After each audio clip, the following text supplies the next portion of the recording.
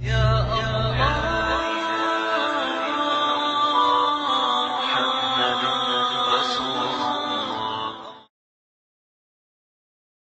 أعوذ بالله من الشيطان الرجيم. بسم الله الرحمن الرحيم. الحمد لله رب العالمين. ثم الصلاة والسلام على رسول الله. سبحانك لا علم لنا إلا ما علمتنا إنك أنت العليم الحكيم. ولا فهم لنا إلا ما فهمتنا إنك أنت الجهود الكريم.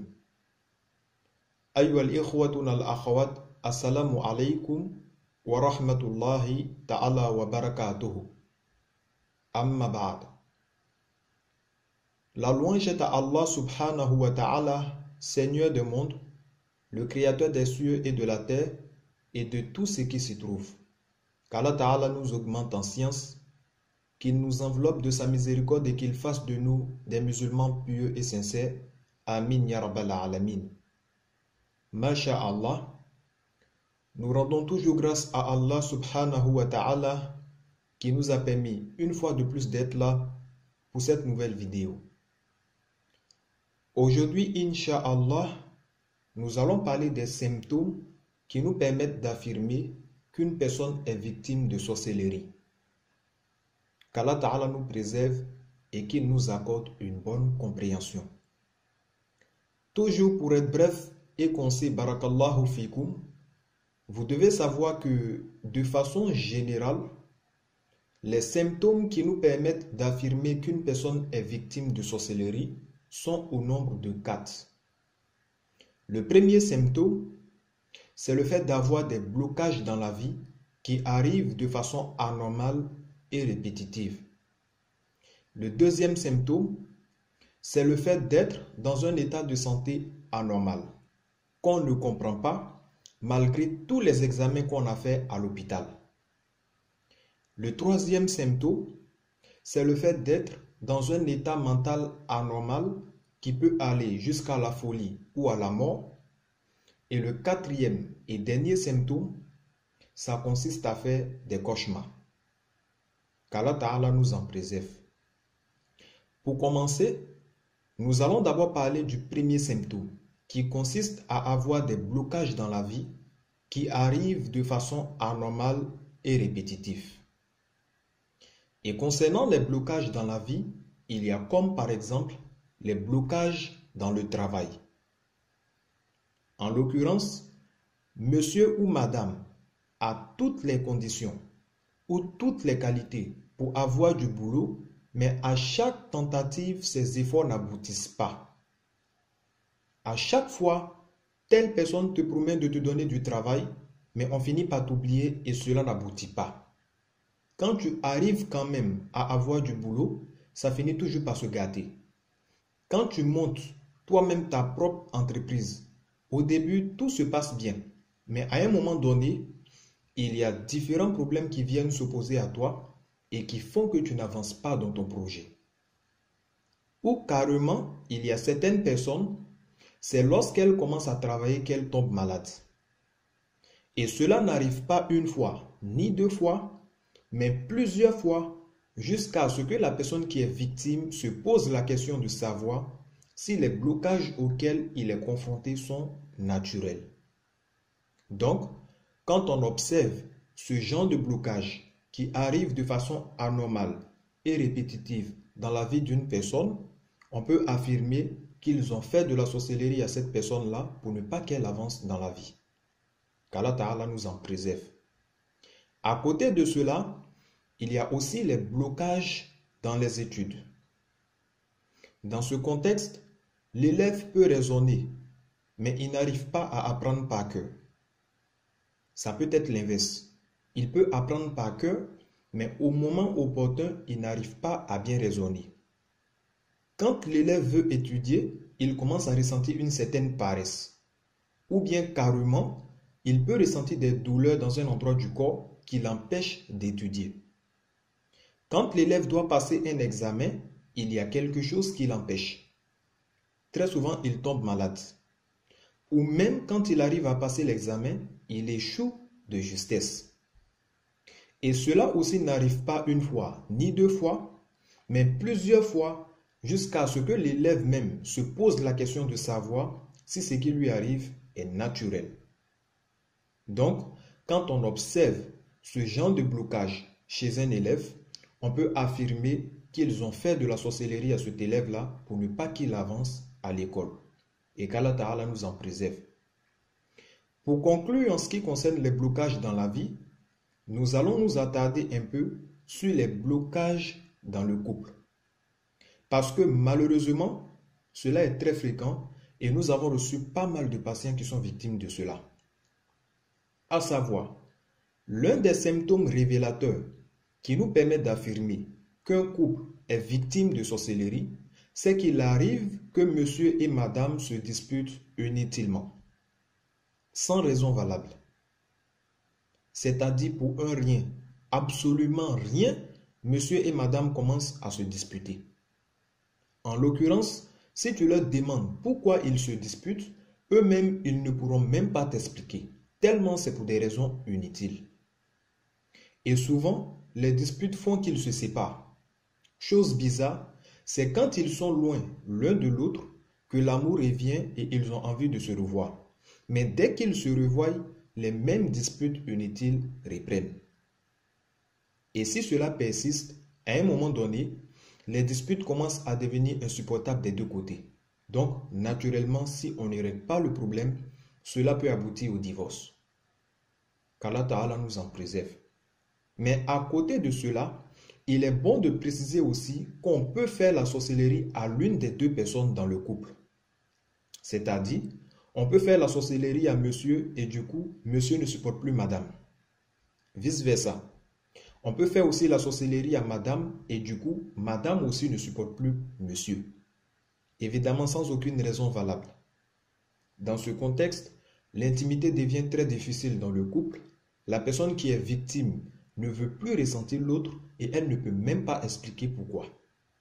Donc, généralement, quand on observe ces différents symptômes dans un couple, on peut conclure qu'ils ont fait de la sorcellerie à ce couple-là pour qu'ils se séparent.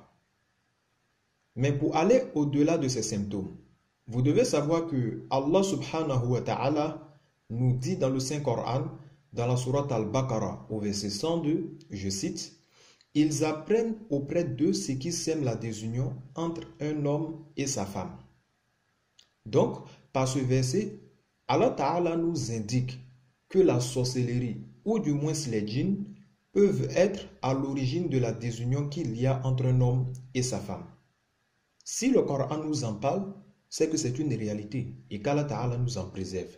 Donc, en ce qui concerne le premier symptôme, le fait d'avoir des blocages dans la vie qui arrivent de façon anormale et répétitive, nous allons nous arrêter ici pour continuer sur le deuxième symptôme qui nous permet d'affirmer qu'une personne est victime de sorcellerie.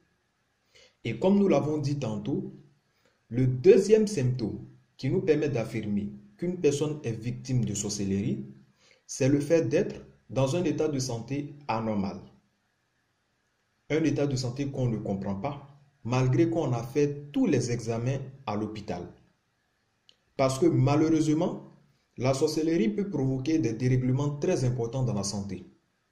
Nous avons déjà cité tantôt la stérilité chez la femme, l'impuissance chez l'homme, mais à côté de cela, il y a aussi le cancer, l'hémophilie, l'eczéma, la mort des reins ou des ovaires, la chute des cheveux, tension, diabète, l'eau dans les poumons, douleurs inexplicables, etc. Il y a aussi des problèmes de santé du genre, la personne est malade, on fait tous les examens à l'hôpital, mais on ne trouve rien. Pourtant, la personne est malade. Et souvent, dans cette situation, la réaction du docteur face à cela est de dire que le mal de la personne est lié au stress. Donc, on prescrit des antidépresseurs qui ne font que créer d'autres problèmes sans résoudre le premier. Ou carrément, après les analyses à l'hôpital, le docteur peut dire qu'effectivement, ils ont détecté un problème de santé qu'ils n'ont jamais vu auparavant. Du coup, il ne peut même pas expliquer comment cela est arrivé là. Ce qui n'est pas normal. Parce que, Masha'Allah et Alhamdulillahi Rabbil Alamin, la médecine d'aujourd'hui est tellement développée que en temps normal, si tu as un problème de santé qui est naturel, il ne doit pas y avoir du mal à diagnostiquer cela. Mais si la maladie de la personne est d'origine mystique, justement, c'est ce qui complique les choses à l'hôpital. Donc, quand on constate que la personne est dans un état de santé anormal, qu'on ne comprend pas, malgré toutes les analyses qu'ils ont fait à l'hôpital, on peut en déduire que le mal de cette personne-là est lié à la sorcellerie et qu'Allah Ta'ala nous en préserve. Le troisième symptôme qui nous permet d'affirmer qu'une personne est victime de sorcellerie, c'est le fait d'être dans un état mental anormal, qui peut aller jusqu'à la folie ou à la mort. Quand je parle de folie, je vais dire par là que la sorcellerie ou du moins les djinns peuvent amener la personne qui est victime à s'énerver inutilement, à parler seul, à perdre les pédales, à douter de tout, à voir des choses qu'on ne devait pas voir en réalité ou à entendre des voix qu'on ne devait pas entendre en réalité. Bref, cela peut nous amener à la folie. Et quand je dis que la sorcellerie peut nous amener à la mort, je vais dire par là que la personne qui est victime peut devenir suicidaire. C'est-à-dire, elle se sent à se jeter par la fenêtre, à se jeter devant les voitures, avale des comprimés dangereux, veut s'ouvrir avec des armes blanches et cela peut aller jusqu'à la mort. Qu'Allah Ta'ala nous en préserve. Le quatrième et dernier symptôme qui nous permet d'affirmer qu'une personne est victime de sorcellerie, ça consiste à faire des cauchemars. Le prophète Muhammad alayhi salatu wassalam nous dit dans un hadith, les bons rêves viennent de la part d'Allah subhanahu wa ta'ala et les mauvais rêves viennent de la part du diable. Mais de façon générale, vous devez savoir qu'il y a 3 dimensions de songe. Il y a une première dimension qui vient directement de la part d'Allah subhanahu wa ta'ala. Comme quoi, Allah ta'ala peut passer par les songes pour montrer des signes à sa créature. Ça, c'est la première dimension. La deuxième dimension du songe vient de la personne elle-même.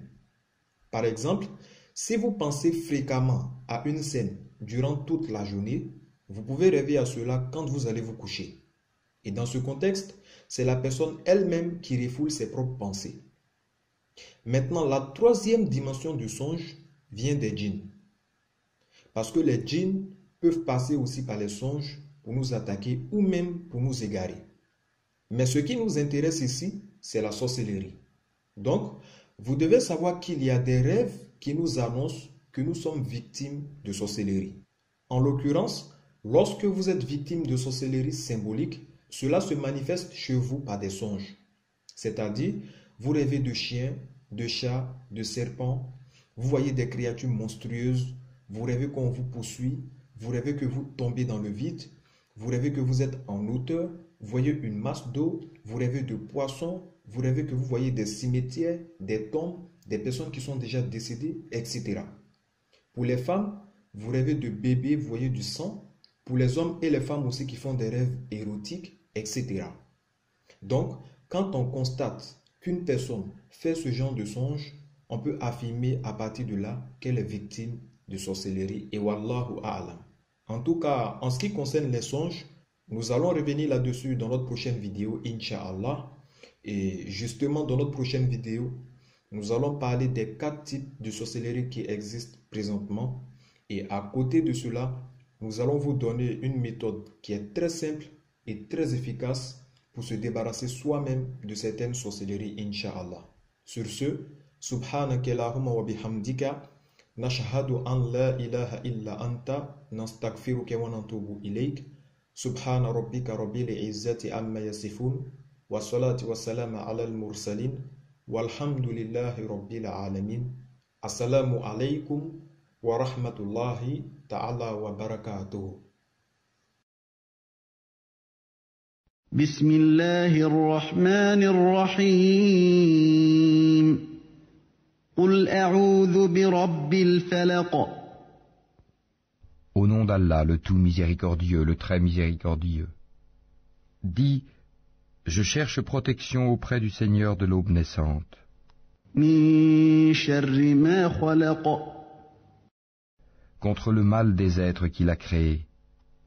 Wa min شر غاسق إذا وقب contre le mal de l'obscurité quand elle s'approfondit, ومن شر النفاثات في العقد contre le mal de celles qui soufflent, les sorcières, sur les nœuds, ومن شر حاسد إذا حسد et contre le mal de l'envieux quand il envie.